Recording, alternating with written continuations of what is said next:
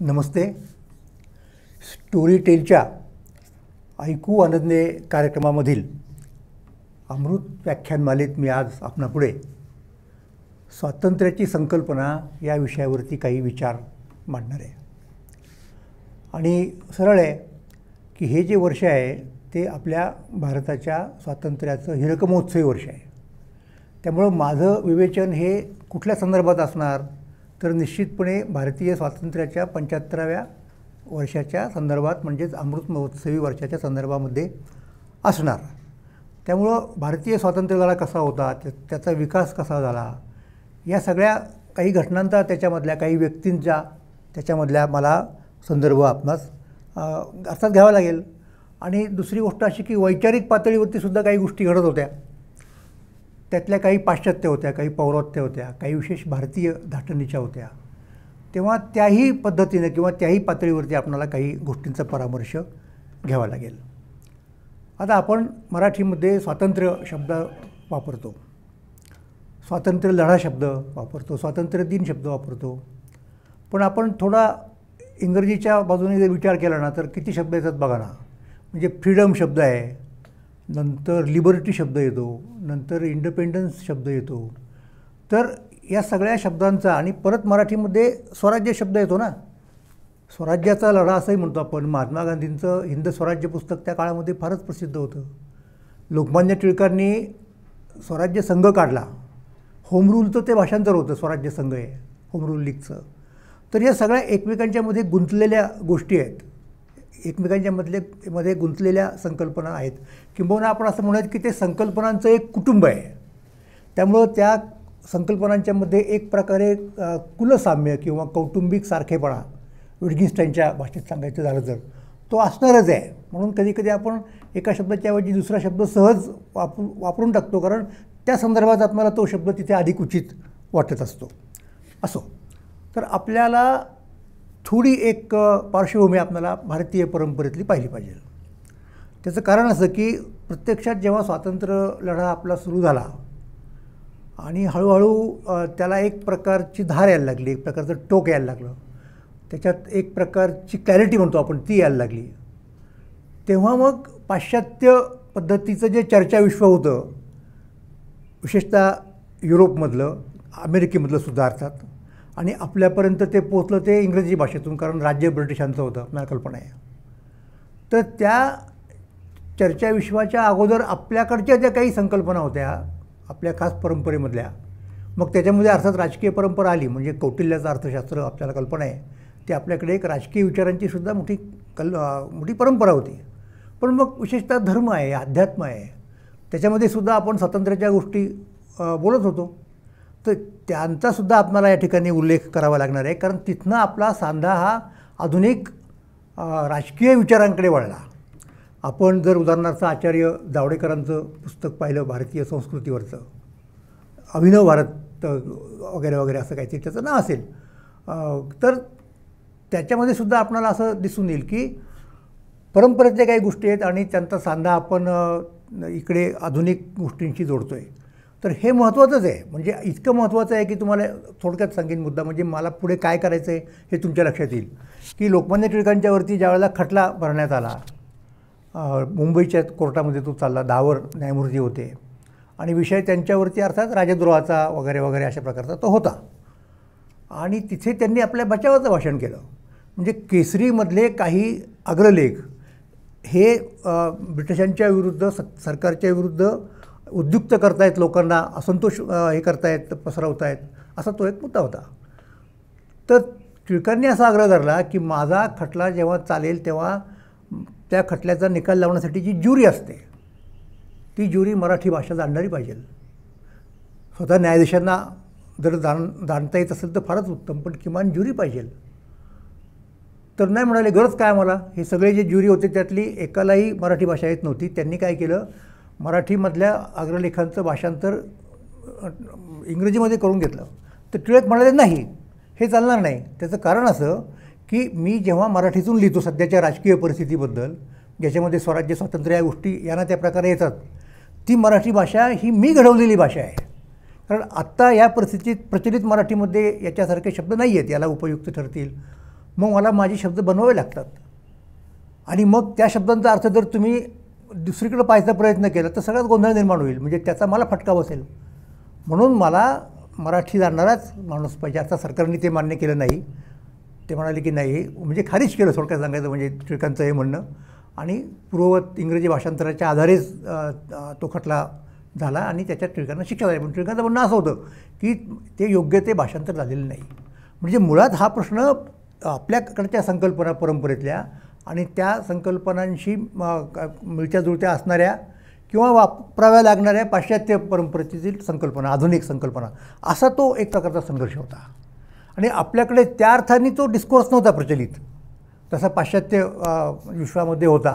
म्हणून मग पुष्कळ वेळेला आपल्याला आपल्या धर्मातल्या संकल्पना घ्यायला लागायच्या, आपल्या अध्यात्मातल्या संकल्पना घ्यायला लागायच्या आणि त्यांना राजकीय अर्थ द्यायला लागायचा. तर हा मुद्दा समजून घेतला पाहिजे. कारण टिळक असं म्हणाले होते की स्वातंत्र्य म्हणजे काय हे लोकांना समजून सांगायचं आहे, स्वराज्य म्हणजे काय हे लोकांना समजावून सांगायचं आहे आणि आपल्या भाषेत. कारण सगळ्यात लोकांना इंग्रजीतली पुस्तकं वाचायला मिळालेली नसतात, त्यांना त्याची सवय नसते. तेव्हा टिळक एके ठिकाणी असं म्हणून गेले की स्वातंत्र्य म्हणजे काय असेल तर स्वातंत्र्य म्हणजे आमचा राजकीय मोक्ष. आता कल्पना करा, राजकीय मोक्ष काय प्रकार आहे हा? मोक्ष ही संकल्पना विशिष्ट प्रकारची आहे, भारतीय तत्त्वज्ञानामधली, भारतीय धर्मांच्यामधली, भारतीय पुरुषार्थ विचारांच्या मधली आहे. आणि आता ते स्वातंत्र्याला राजकीय मोक्ष म्हणत आहेत, म्हणजे नेमकं काय असेल?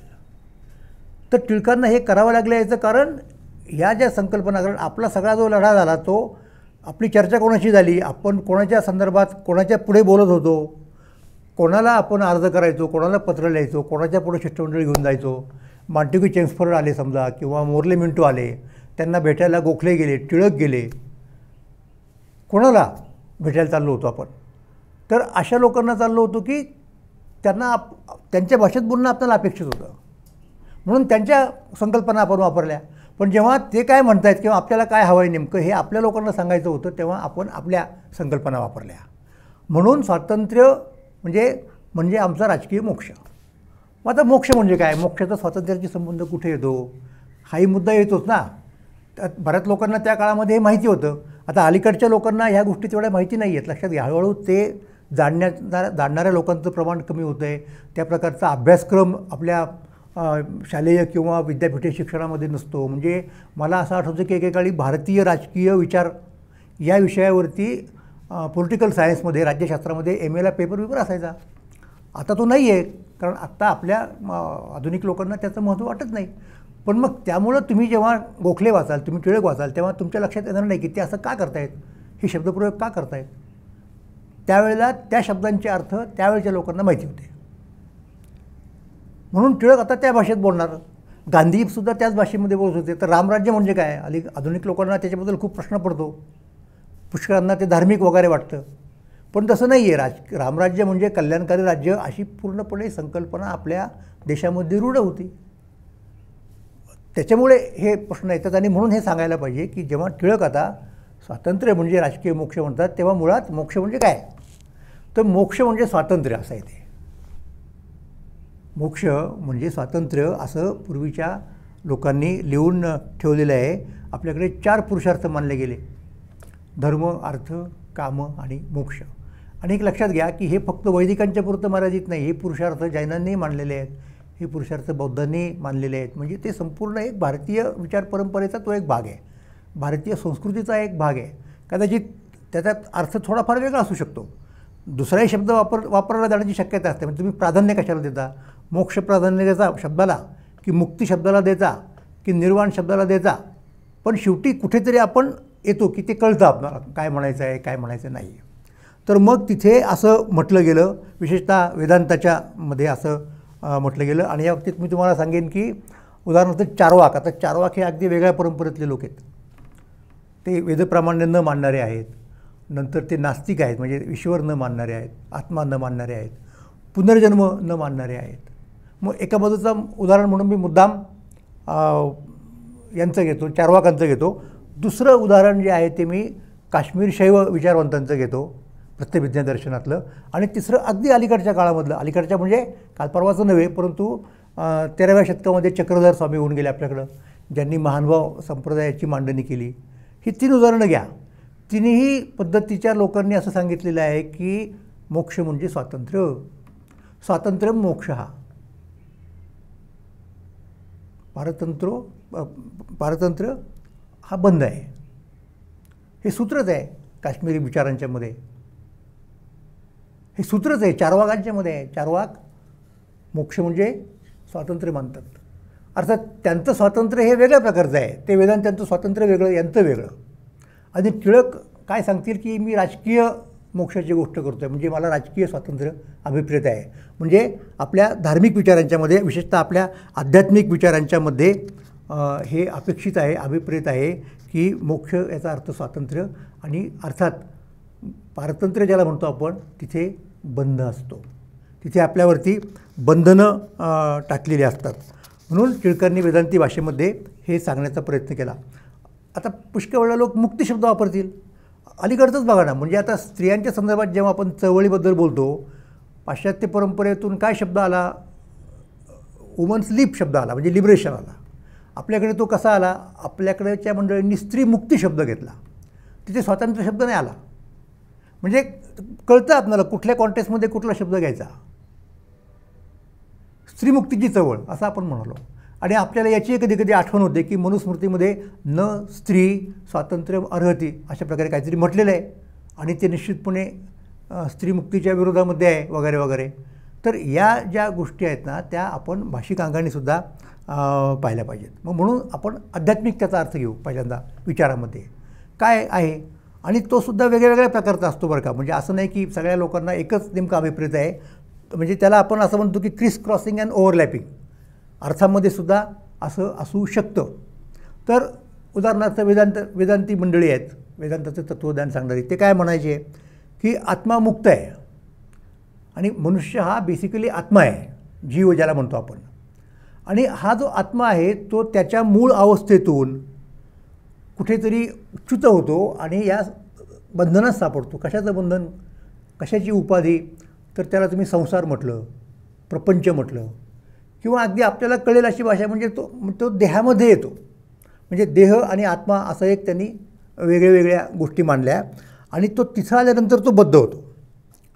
मग पुष्कळ वेळेला तसे शब्द, तशा उपमा येतात की जणू काही तो पिंजरा आहे, तो जणू काही खोडा आहे आणि त्याच्यातनं त्याला मुक्त व्हायचं आहे. मग त्यालाच जोडून आपल्याला दिसतं की एक काहीतरी पुनर्जन्म, पूर्वजन्म अशी एक कल्पना येते. त्यातनं ते कुठेतरी कर्मविपाक वगैरे, आपल्याला जर वेळ मिळाला तर आपण त्याच्यावरती विचार करू. पण मग त्याच्यातनं सुटायचं आहे. म्हणजे आत्मा आपल्या कर्माप्रमाणे शरीरातून शरीरात जातो आणि अशा त्याला जवळजवळ 84 लक्ष योनी फिराव्या लागतात अशी एक कल्पना आहे. आणि त्या सगळ्या चक्रातून फिरणं, सगळ्या चक्रातून आपण त्याच्यातून फिरतो, त्याच्यातनं बाहेर पडणं म्हणजे त्याला ते मोक्ष म्हणतात.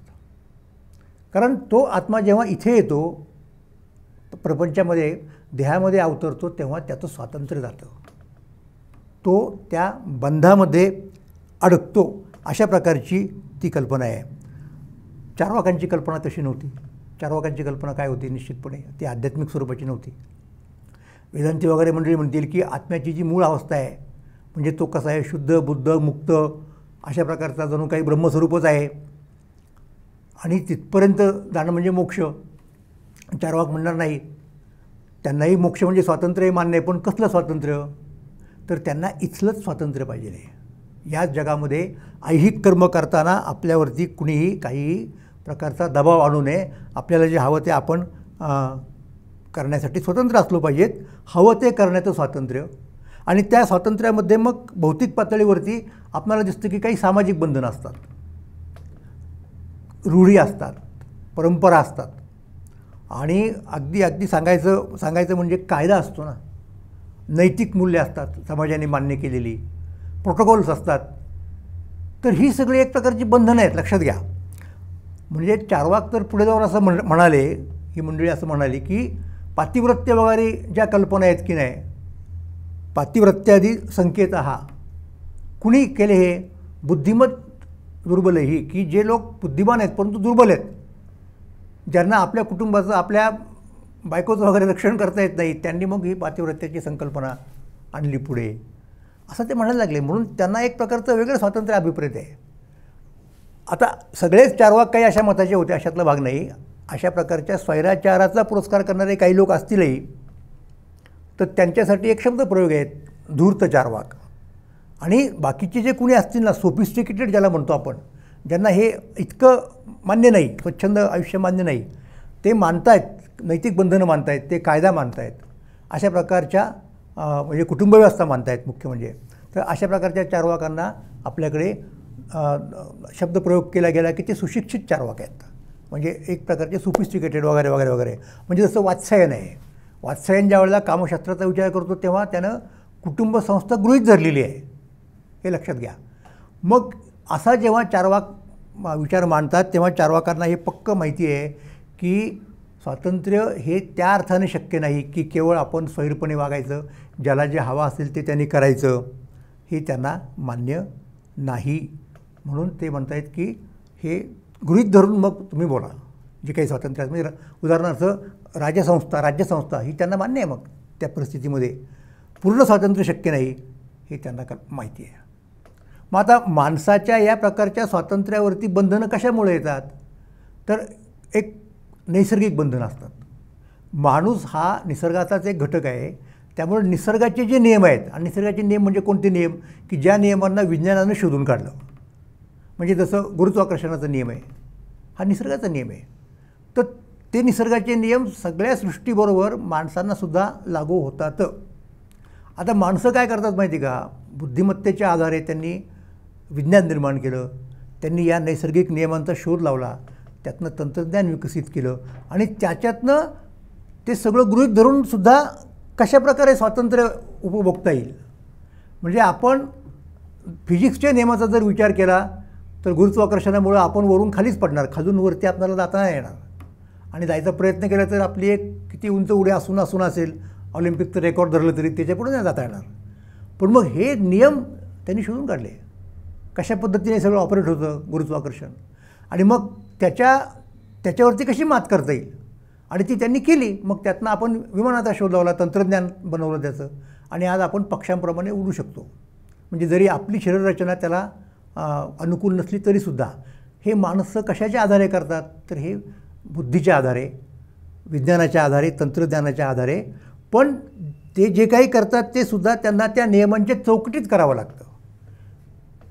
त्या नियमांच्यावरती कशी मात करायची, कसं उल्लंघन करायचं, हे सुद्धा त्या परत नियमांच्याच संदर्भात आपल्याला करावं लागतं. लक्षात घ्या, आपण ते नियम मोडत नसतो, लक्षात घ्या, त्यांच्यावरती मात करत असतो एक प्रकारे, आणि ती परत विज्ञानाच्या निसर्गाच्याच आधारे करत असतो, हे लक्षात घ्या. फक्त मुद्दा काय माहिती आहे का, की स्वातंत्र्य म्हणजे अशा प्रकारे वर्तनाच्या नियमाचा अभाव नव्हे. तर स्वातंत्र्य म्हणजे नेमकं काय, स्वातंत्र्य म्हणजे याचा अर्थ असा की ज्या नियमांनी आपण वागणार आहोत, वागत असतो, ते दुसऱ्यांनी बनवलेले असता कामा नयेत, ते आपणच बनवले पाहिजेत. त्याला आपण स्वातंत्र्य म्हणतो. कारण असं स्वातंत्र्य, अशी मुक्तता कोणाला कधीही शक्य होत नसते. कारण आपण समाजात जगतो, आपल्याबरोबर इतर लोक असतात, त्यांना एकत्रितरित्या जगायचं असतं, आणि त्यामुळं मग त्यांना काही नियम आपण घालून जगावं लागतं. आणि म्हणून स्वातंत्र्य याचा अर्थ नियमांचा अभाव असं नाही, तर स्वातंत्र्य म्हणजे असे नियम की जे आपण केलेले आहेत, आणि त्यांच्या आधारे किंवा त्यांच्या चौकटीत आपण वागणं म्हणजे स्वातंत्र्य. शासनाचा अभाव म्हणजे स्वातंत्र्य नाही, तर स्वयंशासन म्हणजे स्वातंत्र्य. स्वतंत्र, स्व म्हणजे स्वतः, आपण आपल्या पद्धतीने वागलं पाहिजे, स्वतंत्र असणं. परतंत्र म्हणजे काय, दुसरा कोणीतरी आपल्याला डिक्टेट करतो की तू असं वाग, तू असं कर, तू हे करता कामा नये, तू इथे बसता कामा नये, इथे उठता कामा नये. तर हे नाही चालायचं. आम्ही कसं उठायचं, कसं बसायचं, काय परिधान करायचं, हे आम्ही ठरवू. आता आमचं आम्ही म्हटल्यानंतर परत त्याला मुद्दे येतात, म्हणजे मग कुणी कोणाचं, मग स्त्रिया म्हणणार की नाही आमचं म्हणजे आम्ही ठरवू, ते पुरुषांनी आमच्यावरती लादायचं नाही. एखादा परतंत्र देश काय म्हणणार की आम्ही ठरवू, दुसऱ्या देशानं आम्हाला गुलाम केलेले आहेत, त्याला हे ठरवायचा अधिकार नाही. म्हणजे जसं दुसऱ्या महायुद्धामध्ये भारत तेव्हा पारतंत्र्यामध्ये होता, 1939 सालची गोष्ट आहे, आणि ते युद्ध कोणाच सुरू झालं पहिल्यांदा, मग ते ब्रिटन आणि जर्मनी यांच्यामध्ये सुरू झालं. मग भारत ही ब्रिटनची वसाहत असल्यामुळं ब्रिटिश सरकारने निर्णय घेतला की भारत युद्धामध्ये सामील झालेला आहे दोस्त राष्ट्रांच्या बाजूने. तर काँग्रेसने आक्षेप घेतला की नाही, आम्हाला न विचारता भारत सामील झालेल्या युद्धामध्ये असं म्हणण्याचा या सरकारला अधिकार नाही. म्हणून त्यावेळेला भारतभर प्रांतिक सरकारं काँग्रेसची होती निवडून आलेली, त्या सगळ्या सरकारांनी राजीनामा दिला की आम्ही या युद्धप्रयत्नात सामील नाही आहोत. म्हणजे त्याचा अर्थ काय झाला की आम्ही स्वतंत्र नाही आहोत, आमच्या वतीनं तुम्ही निर्णय घेतला तो आम्हाला मान्य नाही, म्हणजे आम्ही अजूनही पारतंत्र्यामध्ये आहोत. तर असा त्या स्वातंत्र्याचा अर्थ आहे. म्हणजे समजा त्यावेळेला जर आपण स्वतंत्र असतो तर आपण ठरवलं असतं की या युद्धात भाग घ्यायचा की नाही घ्यायचा, त्याला स्वातंत्र्य म्हणतात. आणि हे स्वातंत्र्य आपल्याला त्या काळामध्ये नव्हतं. तर स्वातंत्र्य म्हणजे हवं ते करायला आपण मोकळं असणं, स्वैराचार करणं म्हणजे स्वातंत्र्य नव्हे. मग कोणत्या कायद्यांच्या कोणत्या नियमांच्या आधारे आपण वागायचं, कोणत्या नियमांच्या चौकटीत वागायचं, हे आपले नियम आपण तयार केले, ज्याला आपण भारतीय राज्यघटना म्हणतो. म्हणजे आपणाला जे काही स्वातंत्र्य आहे ते स्वातंत्र्य आपण भारतीय राज्यघटनेच्या चौकटीमध्ये उपभोगायचं असतं. आपल्याला जे हक्क मिळालेले आहेत ते त्या चौकटीमधून मिळालेले आहेत आणि त्या हक्कांच्यावरती जे काही निर्बंध आहेत ते सुद्धा आपल्याला पाळावे लागतात, कारण ते त्या घटनेमध्ये दिलेले आहेत. पण ती घटना आपणच केलेली आहे, वी द पीपल. म्हणून पहा, नियम असून सुद्धा आपण स्वतंत्र आहोत. आणि नियमाचा अभाव म्हणजे स्वातंत्र्य नाही, तर स्वयंशासन म्हणजे स्वातंत्र्य, हे आपण लक्षात ठेवलं पाहिजे. आता हा जो वाद आहे तो टिळकांच्या काळामध्ये कसा काय म्हणतात त्याला अर्थपूर्ण ठरला. आपल्याला कल्पना आहे की विशेषतः महाराष्ट्राचा विचार केला आपण तर 1818 साली पेशवाई बुडाली आणि मराठ्यांचं जे राज्य शिवाजी महाराजांनी स्थापन केलं होतं ते संपुष्टात आलं. आपल्याला एका गोष्टीची माहिती असली पाहिजे, ती बऱ्याच वेळेला नसते, की तोपर्यंत महाराष्ट्रातल्या मंडळींनी मराठ्यांनी संपूर्ण भारतावरती जवळपास 2/3 भारतावरती आपला प्रत्यक्ष किंवा अप्रत्यक्ष अंमल प्रस्थापित केलेला होता. म्हणजे मराठे जेव्हा सत्ताधीश होते, दिल्लीचा बादशाह हा नाममात्र होता आणि त्याच्या माध्यमातून मराठे भारताचा कारभार करायचे, असा तो खरा मुद्दा आहे. साम्राज्याचा कारभार करायचे, त्याला तिथंच ठेवलेलं आहे नामधारी म्हणून. आणि एक लक्षात घ्या, मग भारताला परतंत्र करायचं, भारत जिंकायचं म्हणजे नेमकं काय करायचं, तर तो बादशाह ताब्यात घ्यायचा, कारण ही पद्धत मराठ्यांनी घालून दिलेली आहे. तर ब्रिटिशांनी नेमकं हेच केलं. ब्रिटिशांनी दिल्लीमधल्या लढाईमध्ये मराठ्यांचा पराभव केला आणि बादशाहला आपल्या ताब्यात घेतलं, सिंपल. आणि तोच पॅटर्न मराठ्यांचा त्यांनी 1857च्या बंडापर्यंत, स्वातंत्र्य युद्धापर्यंत सुरू ठेवला. म्हणजे हे लक्षात घ्या की मराठ्यांची राज्यपद्धती ब्रिटिशांनी उचललेली आहे पुढे. मग 57ला जो काही प्रकार झाला तेव्हा त्यांनी बादशाहला पूर्ण बरखास्त केलं, पण तोपर्यंत ती मंडळी म्हणजे कंपनी ब्रिटिशांची, ब्रिटिश ईस्ट इंडिया कंपनी, ही त्या बादशाहच्या नावेच राज्यकारभार चालवत होती. पण म्हणजे सांगायचा मुद्दा असा की मराठ्यांचं राज्य होतं, मराठ्यांचं साम्राज्य होतं, मराठे सत्ताधीश होते आणि मराठे स्वतंत्र होते. ते सगळं स्वातंत्र्य मराठ्यांचं 18 साली गेलं आणि तिथे ब्रिटिश हे सत्ताधीश झाले. आपण ब्रिटिशांच्या पारतंत्र्यात गेलो आणि त्यामुळं अगदी साहजिक आहे की ते स्वातंत्र्य गेल्याचं जास्त शल्य कोणाला होतं, हे मराठ्यांना होतं.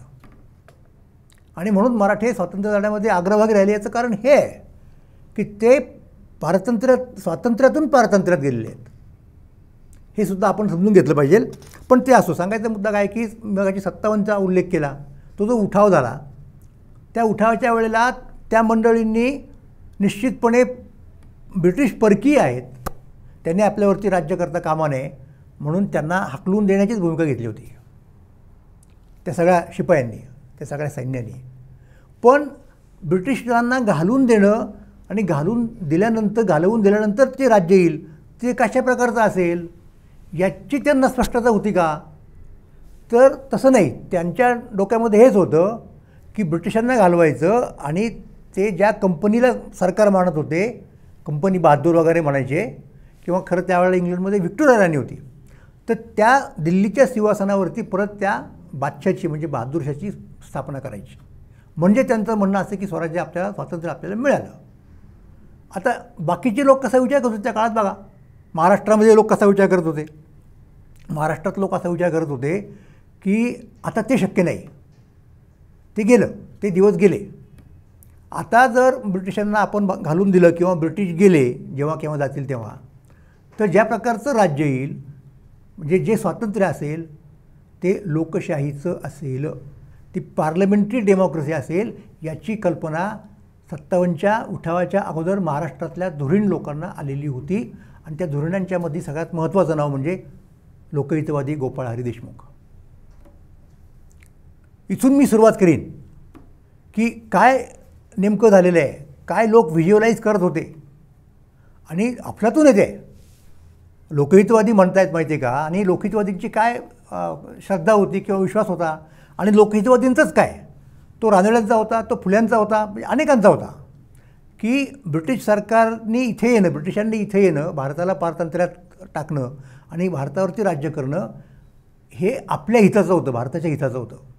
जणू काही ती एक दैवी योजना होती. डिव्हाइन डिस्पेन्सेशन असा शब्दप्रयोग त्यांनी त्या संदर्भात केलेला आहे यातल्या काही मंडळींनी. म्हणजे आपण इतके खाली गेलो होतो, अवनत झालेलो होतो, आपल्यामध्ये सगळ्या प्रकारच्या चुकीच्या गोष्टी इतक्या बोकळलेल्या होत्या, अनिष्ट रूढी असतील वगैरे वगैरे, त्याची आत्ता इथे यादी करायची गरज नाही. तर त्याच्यातनं आपल्याला वर काढण्यासाठी जणू काही ईश्वरानं ह्या पाश्चात्य प्रभूची योजना केली. पाश्चात्य प्रभू हा शब्दप्रयोग असायचा, अगदी चिपळूणकरसुद्धा याच भाषेत बोलतात, पाश्चात्य प्रभू. त्याला इथं आणलं आणि तो आता आपल्याला योग्य त्या मार्गावरती नेणार आहे. त्यामुळं त्याच्याविरुद्ध लढणं बिडणं वगैरे याची काही गरज नाही, असा सुरुवातीच्या पिढीचा समज होता. कारण त्या पिढींनी आपल्याकडच्या अगोदरच्या लोकांच्या चुकीच्या गोष्टी पाहिल्या होत्या आणि त्या पार्श्वभूमीवरती त्यांना हे फारच अप्रूप वाटत होतं. ब्रिटिशांनी अनेक गोष्टी केल्या. म्हणजे लोकहितवादी म्हणायला लागले की अरे बघा ब्रिटिशांनी काय काय केलं, ब्रिटिश शोषण करतात का नाही. होय, महाराष्ट्रातल्या लोकांना त्याची पूर्णपणे, लोकांना म्हणजे सगळ्या लोकांना नव्हे, महाराष्ट्रातल्या विद्वान लोकांना, अर्थशास्त्र जाणणाऱ्या लोकांना त्याची पुरेपूर जाणीव होती. रामकृष्ण विश्वनाथ नावाचे एक सदुरस्त होते, आणखीन काही लोक होते, ते ब्रिटिशांच्या इंजिनिअरिंग खात्यामध्ये, सर्वे खात्यामध्ये नोकरीला लागले.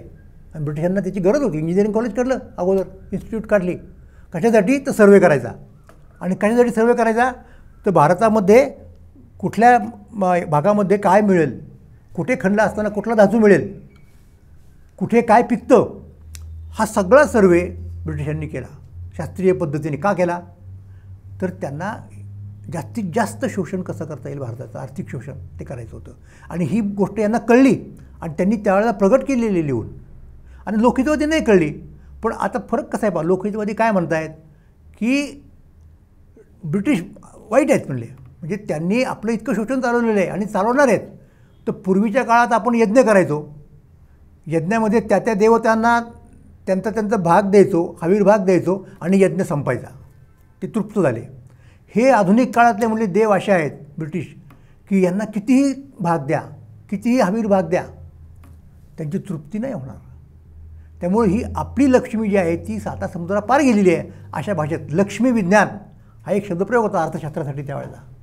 तर हे लोकहितवादी म्हणाले माहिती आहे, पण तरी म्हणतायत की आपण असं समजूयात की त्यांनी आपल्याला ज्या ज्या गोष्टी शिकवल्या, आपल्यातल्या ज्या ज्या चुकीच्या गोष्टी बंद केल्या, त्यासाठी आपण त्यांना दिलेला हा मेहनताना आहे. म्हणजे सतीची चाल बंद केली, एवढी एवढी रक्कम त्यांच्या नावे डेबिट करा म्हणले. त्यांनी ठगांचा उपद्रव बंद केला, द्या त्यांना एवढे पैसे. ही लोकहितवादींची पद्धत आहे विचार करण्याची.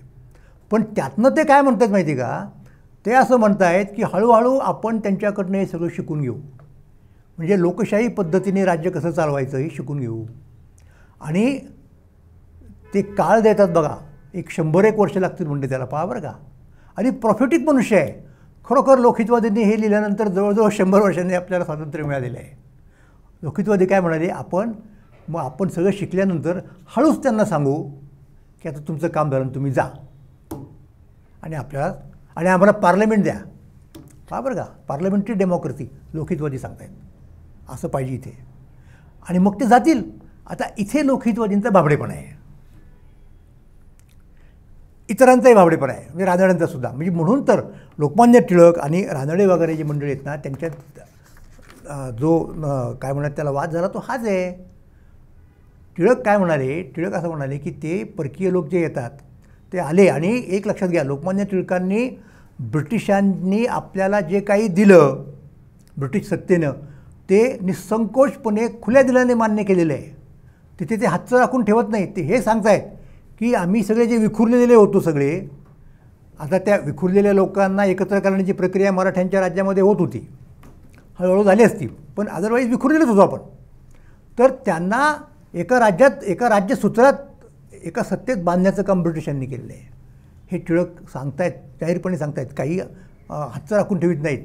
पण त्यांचं पुढचं म्हणणं महत्त्वाचं आहे. ते काय म्हणतात माहिती आहे का, की हे लाभ आम्हाला मान्य आहेत, पण हे जे लाभ आहेत ना, हे लाभ त्यांनी आमच्यासाठी नाही आम्हाला केलेलं आहे. सगळे कृत्य त्यांनी रेल्वे आणल्या असेल, त्यांनी तारायंत्र आणले असेल, त्यांनी शाळा काढल्या असतील, सगळं मान्य आहे, पण ते त्यांनी त्यांच्या स्वार्थासाठी केलेलं आहे. जे लाभ दिसतात ना आपणाला, ते त्यांच्या स्वार्थासाठी त्यांनी केलेल्या कृतींचं बाय प्रॉडक्ट आहे. आमच्यासाठी नाही केलं. कुठलाही परकीय देश दुसऱ्यावरती राज्य करतो तेव्हा तो स्वतःच्या स्वार्थासाठीच करतो, तो दुसऱ्यांच्यासाठी करत नाही. आणि त्यामुळं जोपर्यंत स्वतःचा स्वार्थ सरळपणे साधला जातो तोपर्यंत ते सोडणार नाहीत ताबा. म्हणून आपणाला त्यासाठी भांडण करावं लागेल, हिरावून घ्यावं लागेल, हे टिळक सांगतायत. म्हणजे आता हा फरक आला. रानड्यांनी कसं केलं, लोकहितवादी आणि रानड्यांच्या पिढीमध्ये फरक कसा पडला? फरक असा पडला की लोकहितवादी म्हणाले, लोकहितवादींनी त्यासाठी अशा काही संस्था वगैरे नाही काढल्या. रानडे आणि मंडळी संस्था काढायला जातात, मग त्यातनं काँग्रेसची निर्मिती होते. मग लोकहितवादी जे म्हणतायत की 100 वर्षांनी सांगायचं ब्रिटिशांना, हळूच कानात ही मंडळी अगोदरच सांगायला लागली की आम्हाला आमच्या राजकीय सुधारणा, म्हणजे आणि अर्थात खरं ती प्रक्रिया स्थानिक स्वराज्याच्या पातळीवरती लॉर्ड रिपननेच सुरू केलेली होती. पण आता काँग्रेसच्या व्यासपीठावरती ही सगळी गोष्टी जायला लागल्या की आम्हाला आता निवडून येऊन आमचे प्रतिनिधी म्युन्सिपाल्टीवरती जातील, शासनाने नियुक्त करून नाही चालणार, कौन्सिलमध्ये आमचे प्रतिनिधी जातील निवडणुकीच्या माध्यमातून, आमचे विद्यार्थी इथे ICS होतील, तिकडनं येण्याची गरज नाही ब्रिटिश पोरांनी, तरुणांनी, आणि ते कारभार चालवतील. अशा मागण्या काँग्रेसच्या प्लॅटफॉर्मवरून व्हायला लागल्या. म्हणजे ही स्वातंत्र्याकडची, आपला कारभार आपण पाहण्याकडची ही एक प्रकारची वाटचाल आहे. आणि तिथे मग टिळक सांगतायत की बाबा हे तुम्ही जे राजकारण करतात ते एलिटिस्ट राजकारण आहे. म्हणजे जे उच्चभ्रू लोक आहेत, शिकलेले, सुशिक्षित, ज्यांची ब्रिटिशांच्या दरबारामध्ये उठबस आहे, अधिकाऱ्यांना ओळखतात, अशा प्रकारचे लोक आहेत. त्यांचा एक वर्ग निर्माण झालेला आहे अशा प्रकारे. आणि त्या लोकांनी आपल्या दिवाणखान्यामध्ये बैठका घ्यायच्या जेव्हा आवश्यकता असेल तेव्हा. वर्षातून एकदा अधिवेशन घ्यायचं काँग्रेसचं, त्याच्यात ठराव मान्य करायचे आणि ते पाठवायचे गव्हर्नरकडे, आणि ते कुठपर्यंत आले त्याची अंमलबजावणी यासाठी अधूनमधून रिमाइंडर्स पाठवायचे, अधूनमधून शिष्टमंडळी घेऊन जायचं. यानं स्वराज्य, यानं स्वातंत्र्य मिळणार नाही, स्वातंत्र्यासाठी लढा केला पाहिजे. पण तो कशा प्रकारचा लढा केला पाहिजे? तर तो 1857मध्ये ज्या प्रकारचा झाला त्या प्रकारचा चालणार नाही. कारण एक तर पहिली गोष्ट अशी की त्या प्रकारच्या लढ्याला एक स्पष्टता ज्याला म्हणतो मी ती नव्हती. एक उद्रेक ज्याला म्हणतो आपण अशा प्रकारचा तो होता. म्हणजे ब्रिटिशांना घालून देण्याचा मुद्दा होता, पण नंतर काय करायचं, म्हणजे तिथे परत बहादूरशाला बसवायचं, असंच त्यांचं हे होता, म्हणजे याची कल्पना होती त्यांची. टिळक आता असं म्हणायला लागले माहिती आहे का, की तशा पद्धतीने आपल्याला उठाव करता यायचा नाही. त्याचं एक साधं कारण आहे, प्रॅक्टिकल कारण आहे की ब्रिटिशांनी शस्त्रास्त्रांची बंदी केली होती. भारतातल्या लोकांना शस्त्र वापरता नाही येणार, पूर्णपणे बंदी केली होती. मग कसं लढणार त्यांच्याशी? काही क्रांतिकारक कुठलं तरी पिस्तूल मिळून 4 लोकांना मारू शकतात, बॉम्ब टाकू शकतात, पण नाही, त्यांचा बंदोबस्त करण्याचं सामर्थ्य ब्रिटिशांच्या दमन यंत्रणेमध्ये आहे. मग सामान्य माणसाच्याकडनं हे आलं पाहिजे, म्हणून सामान्य माणसाला उठवलं पाहिजे, आणि ते काम लोकमान्य टिळकांनी केलेलं आहे. आणि ते मवाळांच्याकडनं होत नव्हतं, मॉडरेट लोकांच्याकडनं, कारण ते अर्धविनंत्यवाले लोक होते. अशा प्रकारची ती गोष्ट आपल्या लक्षात येईल. आणि तिथं टिळकांचं महत्त्व आहे की टिळकांनी ही स्वातंत्र्याची संकल्पना इथल्या लोकांच्या भाषेमध्ये राजकीय मोक्ष म्हणा किंवा आणखी काही म्हणा, आणि ते त्यांनी फार मस्त सांगितलेलं आहे. ते काय म्हणाले माहिती आहे का, की तिथे परत कुठेतरी संदर्भ येतो आपल्या अध्यात्माचा, की मी बद्ध आहे, प्रत्येक जीवात्मा, तर तो कधी स्वतंत्र होईल, कधी मुक्त होईल? बस त्याने ओळखायचं की मी देहाशी तद्रूप असलेला नाही आहे, मी मूळ चैतन्य रूप आहे. ही जाणीव त्याला ज्या दिवशी होईल तेव्हा क्षणापासून तो मुक्त आहे. हे झालं अध्यात्माच्या चौकटीमध्ये. मग टिळक म्हणतात की कुठल्या तुम्ही मुक्त आता असं समजा, या घडीपासून करा सुरुवात त्या पद्धतीने वागायची. आणि हेच पुढे 1942 ज्या गांधीजी सांगतायत लक्षात घ्या. गांधीजी काय म्हणाले की आजपासून आम्ही यांना सांगतो तुम्ही चले जाओ, आणि आजपासून आपण आपल्यातलं प्रत्येकजण काय करायचं ते करू देत, स्वतंत्र आहे ते करायला. हा मुख्य मुद्दा आहे की हे आपल्याला ओळखता आलं पाहिजे. जसं बाबासाहेब म्हणाले की गुलामाला आपण गुलाम आहोत याची जाणीव करून देणं हा पहिला टप्पा आहे, पहिली पायरी आहे. जोपर्यंत त्याला ती जाणीवच होत नाही ना की आपण गुलाम आहोत म्हणून, त्याला ते नॅचरल वाटतं, त्याला स्वाभाविक वाटतं की अरे असंच असतं, असंच चालत आलेलं आहे, हे असतं कामा नये. तर ती जाणीव करून द्यायची आणि ती सामान्यातल्या सामान्य लोकांना करून द्यायची. त्यासाठी मग वर्तमानपत्र असतील, त्यासाठी व्याख्यानं असतील, त्यासाठी काही मग पुढे आणखीन आता प्रभात फेरी म्हणतो आपण. काय प्रभात फेरीची कल्पना आहे? ही काँग्रेसने सुरू केली ना गांधींच्या काळामध्ये. सकाळी उठून गावात एक फेरी मारायची, स्वातंत्र्याची गाणी म्हणायची, काही घोषणा द्यायच्या, जाणीव उत्पन्न करून द्यायची. तर जाणीव जागृती हा स्वातंत्र्याच्या याच्यामधला फार महत्त्वाचा आहे. त्याच्याशिवाय स्वातंत्र्य तुम्हाला येणार नाही, कळणार नाही. तुम्ही गुलाम आहात हे लोकांना कळलं पाहिजे, आणि त्यासाठी या सगळ्या गोष्टींची आवश्यकता आपणाला असते, हे लक्षात घ्यायला पाहिजे. आता टिळक ज्या वेळेला या मतापर्यंत आले तेव्हा टिळकांच्याही आधी या गोष्टी मांडणारे लोक भारतामध्ये नव्हते का? तर होते. तेही आपल्याला सांगता आलं पाहिजे. कोण तिथं होतं? तिथे म्हणजे दादाभाई नौरोजी हे फार महत्त्वाचं नाव आहे या सगळ्या प्रक्रियेमध्ये. दादाबाईंचं नाव घेतल्याशिवाय आपण पुढे जाऊ शकत नाही. त्यांना आपण पितामह म्हणतो, उगीच म्हणत नाही. लोकमान्य टिळकसुद्धा म्हणायचे. कारण हा सगळा ब्रिटिशांच्या सत्तेचा डोलारा भारताच्या आर्थिक शोषणावरती आधारित आहे, हे पहिल्यांदा दादाबाईंनी सांगितलं, स्वच्छपणे जागतिक पातळीवर सांगितलं. आता हे महाराष्ट्रातल्या मंडळींनी पुस्तकं लिहिली, मी सांगितलं, पण ती मराठीमध्ये, आणि कोण वाचणार आणि किती लोकांना कळणार? दादाबाईंनी तो प्रश्न ब्रिटिश पार्लमेंटमध्ये मांडला. आणि गंमत बघा, एक इथला पारशी मनुष्य आहे, इंग्लंडमध्ये जातो आणि तो या परंपरेतला आहे, बाळशास्त्री जांभेकर, पुढे दादाबा पांडुरंग आणि दादाबाई नौरोजी, अशी ती महाराष्ट्रातली परंपरा आहे. हे कसं पुढे सरकतं आहे बघा तुम्ही. पहिलं वर्तमानपत्र काढलं बाळशास्त्री जांभेकरांनी, त्यातनं दादाबा पांडुरंग एक पुढे येत आहेत धार्मिक विचारवंत म्हणून. दादोबांच्या विचारांचे पुढचे दोन फाटे आहेत, एक प्रार्थना समाज रानडे भांडारकरांचा आणि दुसरा ज्योतिराव फुल्यांचा सत्यशोधक समाज.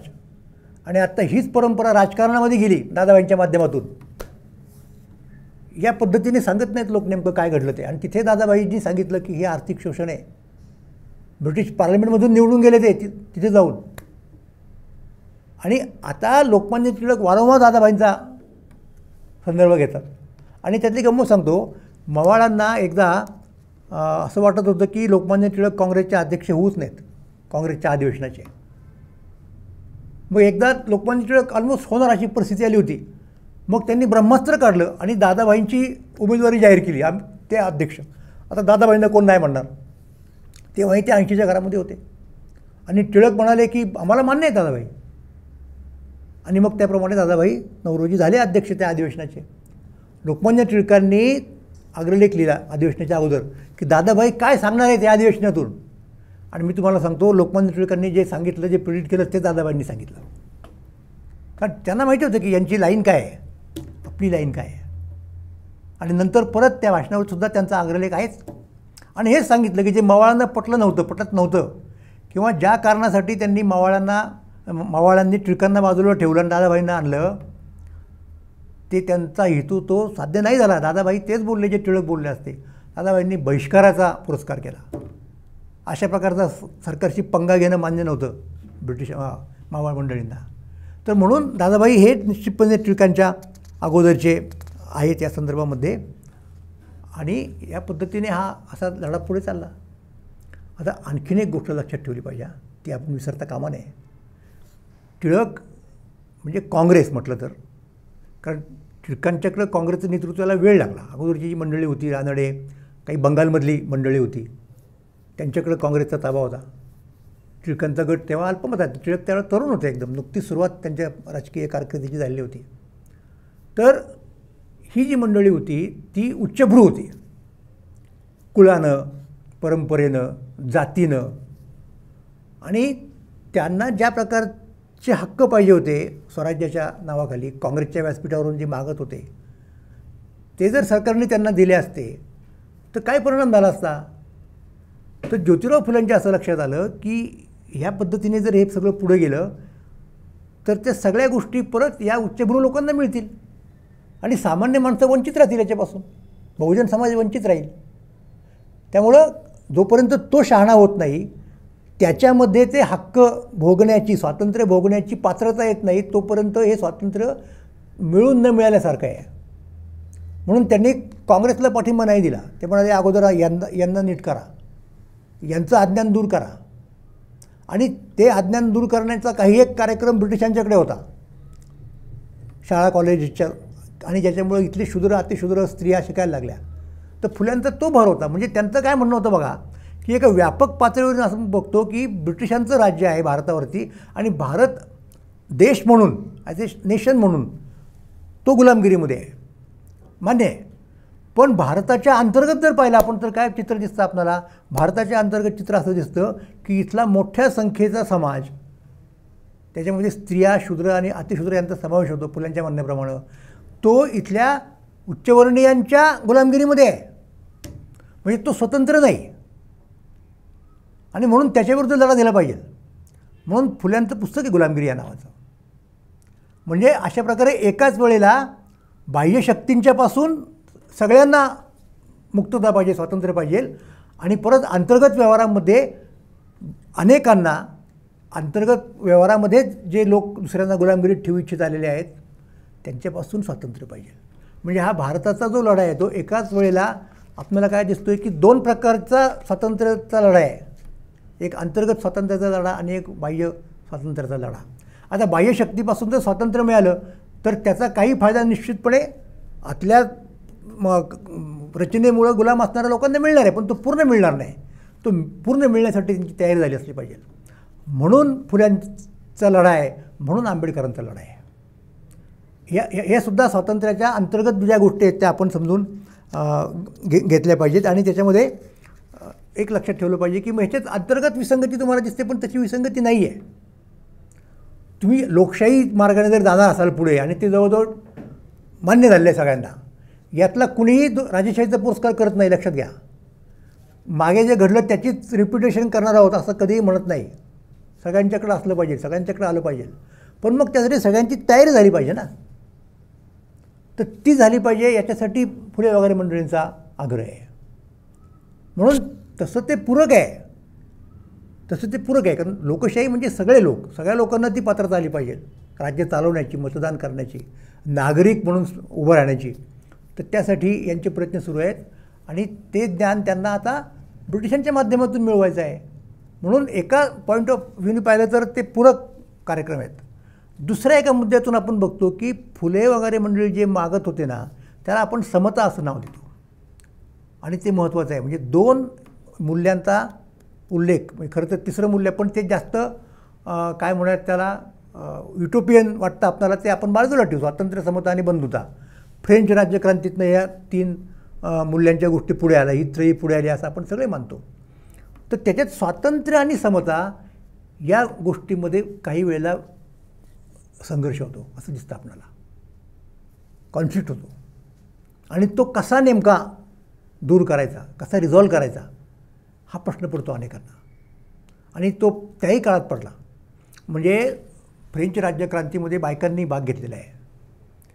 तिथे जेव्हा राईट्स ऑफ मॅन ज्याला म्हणतो आपण, मानवी हक्कांचा जाहीरनामा त्यांनी काढला आणि त्याच्या आधारे क्रांती करतो आहे असं म्हणाले आणि क्रांती झाली, तेव्हा तिथल्याच बायकांच्या लक्षात आलं की या ठिकाणी मानव म्हणजे पुरुष आहे, स्त्रिया नाहीत.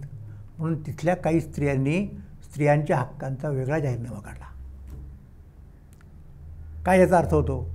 म्हणजे जसं म्हणावं की नाही की भारताच्या अंतर्गत परत मालक म्हणजे सत्ताधारी आणि सत्तेपासून वंचित असणारे, स्वातंत्र्याचा उपभोग न घेणारे असे लोक आहेत. तसंच व्यापक स्तरावरती, जागतिक स्तरावरती जी सत्ता आहे, म्हणजे जी रचना आहे, ती रचना पितृसत्ताक रचना आहे, पुरुषप्रधान पुरुषसत्ताक रचना आहे. तर त्याच्यात स्त्रियांना पुरुषांच्या बरोबरीनं, लक्षात घ्या, पुरुषांच्या बरोबरीनं स्वातंत्र्याचा उपभोग घेता येत नाही. ही बरोबरी म्हणजे समता. आणि ही समता जी आहे ती स्वातंत्र्य आणि समता या एकाच नाण्याच्या दोन बाजू आहेत. स्वातंत्र्य कशासाठी पाहिजे? तुम्ही माझ्यावरती राज्य करायचं नाही, तुम्ही माझ्यावरती सत्ता गाजवायची नाही, तुम्ही मला टर्म्स डिक्टेट करायचे नाहीत, मी करणार माझं. का म्हणून? काय त्याचा आधार आहे? त्याचा आधार एवढा असू शकतो की तुम्ही आणि मी समान आहोत, आपल्यामध्ये समता आहे. म्हणजे समता नाकारली तर स्वातंत्र्याला अर्थ राहत नाही, लक्षात घ्या. समता नाकारली तर स्वातंत्र्याला अर्थ राहत नाही. म्हणून फुल्यांचा जो लढा आहे तो एकाच वेळेला म्हणाल की तो स्वातंत्र्याचा आहे, परंतु तो अशा पद्धतीने समतेचा आहे. म्हणून राष्ट्रवाद ज्याला म्हणतो आपण, जो पुढे चिपळूणकरांच्या काळात पुढे आला महाराष्ट्रामध्ये, त्या राष्ट्राची व्याख्या फुल्यांनी करताना अशी केली की राष्ट्र म्हणजे एकमय लोक, एकमय लोक आणि म्हणजे एकमय समाज. थोडक्यात मुद्दा, जोपर्यंत आपल्याकडे एकमेव समाज झालेला नाही तोपर्यंत आपण राष्ट्राच्या आणि स्वातंत्र्याच्या गोष्टी कशा करणार, हा त्यांचाच सवाल होता. म्हणजे आपण काय मुद्द्यावरती येतोय की स्वातंत्र्य आणि समता या एकाच नाण्याच्या दोन बाजू आहेत, समतेशिवाय स्वातंत्र्याला अर्थ नाही. आणि मग आता आपण थोडं परत मागे येऊ, ज्याला मी आध्यात्मिक विचार म्हणालो की नाही, की त्या सगळ्या काळामध्ये आपण असं पाहत होतो की जीवात्मा, कारण टिळकांनी विशेषतः या भाषेत मांडलं, गांधीजींनी सुद्धा याच भाषेत मांडण्याचा प्रयत्न केला आहे, अध्यात्माच्या भाषेत, भारतीय अध्यात्माच्या भाषेत, भारतीय संस्कृतीच्या भाषेमध्ये. त्यातनं त्यांचं रामराज्य येतं. म्हणजे हिंद स्वराज्य एका बाजूला आहे आणि दुसऱ्या बाजूला ते रामराज्य म्हणतात. म्हणजे हिंद स्वराज्य हे रामराज्य असलं पाहिजे असं त्यांचं म्हणणं आहे. मग तिथं त्यांची रामराज्याची काय कल्पना आहे? मग ती कल्पना लोकशाहीची सुसंगत आहे की नाही, की केवळ एक राम नावाचा देव आहे आणि तो हिंदूंचा देव आहे म्हणून त्यांना आपण लगेच बाद करून टाकायचं, असा मुद्दा नाही आहे. मी तुम्हाला तुकोबांच्या भाषेत सांगतो. काय सांगतात तुकोबा सांगतायत की झाले रामराज्य काय उणे आमासी, धरणी धरी पीक गायी ओळल्या म्हैशी. भौतिक समृद्धी आहे, जमिनीमध्ये पीक येते, गाई म्हशी दूध देत आहेत विपुल. सांगा, भौतिक समृद्धीची कल्पना आहे. आणि जोपर्यंत याचा मुद्दा आहे, समतेचा मुद्दा आहे, कारण शेवटी समूह चालवायचा, देश राज्य चालवायचं तर कुणीतरी राज्यकर्ते असणार आहेत, त्याला पर्याय नाही. तुमचा कुठलाही जरी असला अराजकवाद नावाचा जो प्रकार आहे, अनार्किनिझम, जो मार्क्सनी खर्च मांडलेला होता, तो तसा चालत नाही. तेवढं ते सोपं नसतं ते प्रत्यक्ष व्यवहारामध्ये. फक्त मग मुद्दा कसा आला की तुमचे राज्यकर्ते आणि तुम्ही, म्हणजे जुन्या भाषेत राजा आणि प्रजा हे परत समान पाहिजेत, एका पातळीवरती पाहिजेत. मग तिथे तुकोबा अर्थपूर्ण होतात. ते काय म्हणतायत की रामराज्य, राम प्रजा लोकपाळ, एकची सकळ दुजे नाही. रामराज्यामध्ये राजाही राम आहे, प्रजाही राम आहे, आणि लोकपाळ म्हणजे कोण? हे जे सगळे प्रशासक वगैरे लोक आहेत ना, ते लोकपाळ. एकची सकळ म्हणजे तिथे तुम्हाला खऱ्या अर्थाने स्वातंत्र्य मिळू शकतं. तर ही आपली रामराज्याची कल्पना आहे, ती गांधीजींनी घेतली. ते टिळकांनी ते वेदांताच्या भाषेमध्ये मी तुम्हाला सांगितलं की आत्मा, जीवात्मा हा स्वतंत्र असला पाहिजे. स्वातंत्र्य म्हणजे मोक्ष किंवा मोक्ष म्हणजे स्वातंत्र्य. आता तिथे स्वातंत्र्य म्हणजे काय की स्वातंत्र्य म्हणजे आपल्यावरती आपली सत्ता असणं म्हणजे स्वातंत्र्य. नियमांचा अभाव नाही, नियम करण्याची सत्ता आपल्याकडे पाहिजे, ते दुसऱ्याकडे असता कामा नये. नियमात दुरुस्ती करण्याची सत्ता आपल्याकडे पाहिजे, दुसऱ्याकडे असता कामा नये. हे म्हणजे तिथे आता मुद्दा म्हणजे का, तिथे सत्तेचा मुद्दा आला, तिथे सामर्थ्याचा मुद्दा आला, त्या पॉवर म्हणतो आपण. आणि तिथे जी ईश्वराची कल्पना आहे ना, धर्मामधून आलेली, ती काय कल्पना आहे की ईश्वर सर्व सत्ताधीश आहे, तो काहीही करू शकतो. म्हणजे आता ते जर समजा आपण माणसाला लागू करायचं झालं, ठरवलं, तर मी मगाशी सुरुवातीला काश्मीर शैव विचाराचा उल्लेख केला होता, प्रत्यभिज्ञा दर्शनाचा. ते काय म्हणतात माहिती का की माणसाच्याकडे 3 शक्ती आहेत. 3 शक्ती आहेत. काय काय करू शकतो माणूस? माणसाकडं कर्तृत्व, भोक्तृत्व आणि ज्ञातृत्व ह्या 3 शक्ती आहेत. माणसाकडं करण्याची शक्ती आहे, कृती करण्याची शक्ती आहे. तो कर्म करायला, आता परत त्याच्यात खूप वादविवाद आहेत की माणूस खरंच स्वतंत्र आहे का, तर फ्रीडम म्हणजे डिटर्मिनिझम. इथं फ्रीडम शब्द या अर्थाने येतो की त्याला कोणीतरी त्या पद्धतीने वागायला लावतं. म्हणजे निसर्ग असेल, दैव असेल, काय असतील त्या गोष्टी असतील, कितपत स्वतंत्र आहे. पण माणसाचं स्वातंत्र्य गृहीत धरल्याशिवाय तो कर्म करतो विशिष्ट प्रकारचा असं म्हणताच येत नाही, तो कर्ता आहे असं म्हणताच येत नाही. कर्ता स्वातंत्र्यात हे सूत्र आहे. स्वतंत्र नसेल तर त्याला तुम्ही कर्ताच म्हणू शकत नाही. त्याला निर्णय घेण्याचं आणि निर्णयाप्रमाणे कृती करण्याचं स्वातंत्र्य असलं पाहिजे. हा एक मुद्दा आला. तर कर्तृत्व, भोक्तृत्व दुसरा मुद्दा आला. तो भोग घेणार आहे, एन्जॉय करतो तो, जे हक्क दिलेत उदाहरणार्थ, म्हणजे परत या चौकटीत सांगायचं घटनेच्या वगैरे, तर मग त्या हक्कांच्या आड जर कोणी येत असेल तर त्याला दूर करणं त्या अडचणींना, हे परत त्या शासनाचं काम असतं. भोक्तृत्व. आणि तिसरं म्हणजे ज्ञातृत्व. खरं तर ज्ञातृत्व पहिलं, तो ज्ञाता असतो. तर कर्ता, ज्ञाता आणि भोक्ता हे स्वरूप आहे. म्हणजे ह्युमन एजंट ज्याला म्हणतो आपण, आपल्या पारंपरिक भाषेत त्या ह्युमन एजंट नाही म्हणणार आपण, त्याला जीवात्मा म्हणू. कर्ता, भोक्ता आणि ज्ञाता. तर प्रत्यभिज्ञेचं असं सांगितलेलं आहे की जो माणूस, जो जीवात्मा, जो ज्याच्याकडे जितकं जास्त कर्तृत्व, भोक्तृत्व, ज्ञातृत्व, तितका तो ईश्वर. बघा, तितका तो स्वतंत्र. ज्याच्याकडे जितकं कर्तृत्व, भोक्तृत्व, ज्ञातृत्व, तितका तो स्वतंत्र. आणि पूर्ण अर्थाने स्वतंत्र फक्त ईश्वर असू शकेल. पूर्ण अर्थाने स्वतंत्र म्हणजे पूर्ण भोक्तृत्व, पूर्ण ज्ञातृत्व, ऑमनिसायंट, ऑमनिपोटेंट वगैरे वगैरे वगैरे म्हणतो आपण, कोण असू शकेल? तर तो ईश्वर असू शकेल. म्हणजे स्वातंत्र्य मिळण्याची प्रक्रिया म्हणजे ईश्वराकडे जाण्याची प्रक्रिया, असं इथल्या अध्यात्मात सांगितलेलं आहे. आणि मग पुढचा मुद्दा आला, तो मी परत टिळकांना जोडून घेईन. तो असा आहे की खरंच तुम्ही असं म्हणता का की स्वातंत्र्य मिळण्याची प्रक्रिया ही अशा प्रकारची असते, ईश्वर होण्याची प्रक्रिया असते? मग या प्रक्रियेसाठी आवश्यक असणारी परिस्थिती आहे का सध्या उपलब्ध? मग तुम्ही जर राजकीय पारतंत्र्यामध्ये असाल तर तुम्हाला पूर्ण भोक्तृत्व, ज्ञातृत्व, कर्तृत्व तुम्ही गाजू शकाल? नाही गाजू शकणार. म्हणून तुमच्या आध्यात्मिक स्वातंत्र्याला सुद्धा राजकीय स्वातंत्र्याची गरज आहे. म्हणजे तुम्हाला ते सगळं सोडून जमिनीवरती उतरावं लागतं. परमार्थ म्हणजे हिमालयात जाऊन करायचा नसतो. इथे ते टिळक म्हणतायत, ते गांधी म्हणतायत. लोकांना काय वाटतं की हे गांधीजी म्हणजे संतासारखा मनुष्य आहे, त्यांनी या भांगडीत कशाला पडायचं लौकिक. संतांनी संतासारखं वागण्यासाठी सुद्धा विशिष्ट प्रकारची रचना समाजामध्ये असावी लागते. नाहीतर संतांना त्रास होतो. त्यांनी काय म्हणून त्रास सहन करायचा तुमच्यासाठी सांगा ना. म्हणून राजकीय स्वातंत्र्य त्यासाठी पाहिजे की ते नसेल तर आम्हाला आध्यात्मिक स्वातंत्र्यसुद्धा भोगता येत नाही.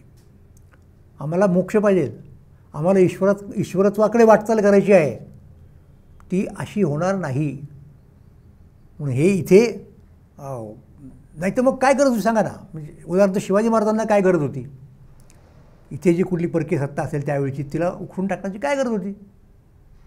कुठेतरी तो मुद्दा आहे की या दोन गोष्टींचा संबंध आहे. म्हणजे तिकडे जेव्हा महाराजांचं राज्य वाढायला लागलं वगैरे वगैरे, काही शत्रूंचा बंदोबस्त झाला, त्यावेळेला ते रामदासांचे उद्गार प्रसिद्ध आहेत की उदंड झाले पाणी स्नान संध्या करावया. म्हणजे नेमकं काय झालं? उदंड झाले पाणी हे सांकेतिक आहे, सिम्बॉलिक आहे. म्हणजे आता आम्हाला आमच्या अध्यात्माप्रमाणे, आमच्या धर्माप्रमाणे सुद्धा वागायची मुभा मिळाली, ते स्वातंत्र्य आहे. नाहीतर ते मिळत नव्हतं ना. नाहीतर तुम्ही तुमच्या धर्माप्रमाणे वागणार असाल तर तुमच्यावरती जिजिया कर आहे. म्हणून तिथे सुद्धा राजकीय स्वातंत्र्य पाहिजे होतं आणि ते शिवाजी महाराजांनी प्राप्त करून दिलं. कारण बाकीच्या ज्या गोष्टी आहेत तुमच्या सांस्कृतिक, धार्मिक, आध्यात्मिक जे काय असतील त्या आर्थिक, परत तो मुद्दा आला मगाशी ब्रिटिशांनी काय उद्योग केले ते, तर तिथं ते स्वातंत्र्याची गरज आहे. म्हणून राजकीय स्वातंत्र्यसुद्धा पाहिजे. नीतिभेद अंकुशो, शेवटचा मुद्दा सांगतो मी की कुठपर्यंत आलं आहे. ज्ञानेश्वर महाराजांनी ज्ञानेश्वरीच्या सुरुवातीलाच गणेशाला नमन केलेलं आहे. षड्भुज गणेश असे कल्पिला. ओम नमोजी आद्या वेद प्रतिपाद्या जय जय स्वसंवेद्या आत्मरूपा देवा तूच गणेशू. आणि मग रूपक केलं, गणपती आहे. त्याच्या 6 हातांमध्ये 6 आयुधं दिली. त्यातल्या एका हातामध्ये आयुध कोणतं येतं? अंकुश. कारण परत तिथे हत्तीचा मुद्दा आला ना, गंडस्थळ तर हत्तीच्या चेहऱ्याचा आहे, म्हणून नीतिभेद अंकुश. हत्तीचं नियमन करायला अंकुश लागतो आणि तो अंकुश कोणता आहे? नीतिभेद. तर नीती म्हणजे राजनीती आहे, जी आपल्या परंपरेमध्ये खूप, म्हणजे आपल्याला कौटिल्याचं नाव माहिती असतं. कौटिल्याच्या आधी लोक होऊन गेले, शुक्राचार्य होऊन गेले, बृहस्पती होऊन गेले. खुद्द अर्थशास्त्रामध्ये कमीत कमी 10-15 लोक तुम्हाला सापडतील की ज्यांनी काही राजकीय विचार मांडलेले आहेत आणि ज्यांची दखल कौटिल्य घेतो. भीष्माचार्य आहेत, वातव्याधी, विदुर आहेत, खूप प्रकारचे लोक. कौनपदंत म्हणजे भीष्माचार्य, हे महाभारतामध्ये आहेत, हे कौटिल्यामध्ये आहेत. म्हणजे ही एक राजकीय परंपरा आहे आणि ती परंपरा इथे महाराष्ट्रात चालत आलेली आहे. तर नीतिशास्त्र म्हणजे राज्यशास्त्र आहे. तर ते ज्ञानेश्वर महाराज म्हणतात की या सगळ्या सामाजिक आर्थिक ज्ञानाच्या आणखीन धर्माच्या व्यवहारांचं सामाजिक स्तरावरती जर नियमन करायचं असेल तर ते आपलं आपण केलं पाहिजे. आपले कायदे आपल्याला बनवता आले पाहिजेत. नीतिभेद अंकुश. आणि म्हणून महाराष्ट्र का, शिवाजी महाराज महाराष्ट्रात का निर्माण होतात? ही परंपरा इथे कुठेतरी जपण्यात आली होती. एनिवे, तो वेगळा मुद्दा आहे. फक्त मला आत्ता या ठिकाणी काय आपल्याला सांगायचं आहे की हा स्वातंत्र्याचा विचार होता, तो महाराष्ट्रामध्ये असाच जिवंत राहिला. मधलं सगळं परकीय आक्रमण आणि परकीयांचं राज्यगृहीत धरून, आणि तो या पद्धतीने जेव्हा पाश्चात्य विचारांशी त्याचा एक एन्काउंटर झाला तेव्हा यांनी एक वेगळ्या प्रकारची मांडणी करायला सुरुवात केली. त्याच्यामध्ये लोकहितवादी आहेत, त्याच्यामध्ये लोकमान्य टिळक आहेत, त्याच्यामध्ये महात्मा फुले आहेत, त्याच्यामध्ये बाबासाहेब आंबेडकर आहेत. तर हे स्वातंत्र्य आहे आणि या स्वातंत्र्याचा असा विचार आपल्याला करावा लागतो. तो एकांगी पद्धतीने करून चालत नाही, एकांगी पद्धतीने करून चालत नाही. बरेच लोक काय करतात की कुठला तरी एका पद्धतीने विचार करतात, मग तो विचार करताना समता बाजूला ठेवतात. समतेचा विचार करताना स्वातंत्र्य गेलं खड्ड्यात म्हणतात. असं नाही आहे, ते एकाच नाण्याच्या दोन बाजू आहेत. या पद्धतीने आपण आत्तापर्यंत विचार, आपण म्हणजे महाराष्ट्रातले लोक म्हणतो, विशेषतः व्यापक स्तरावरती पाहिलं तर भारतातले लोकसुद्धा, कारण कौटिल्याच्या नंतर भारतामध्ये एक फार मोठा राजकीय विचारांचा होऊन गेला. त्याचं मी नाव सांगणार आहे आणि थांबणार आहे.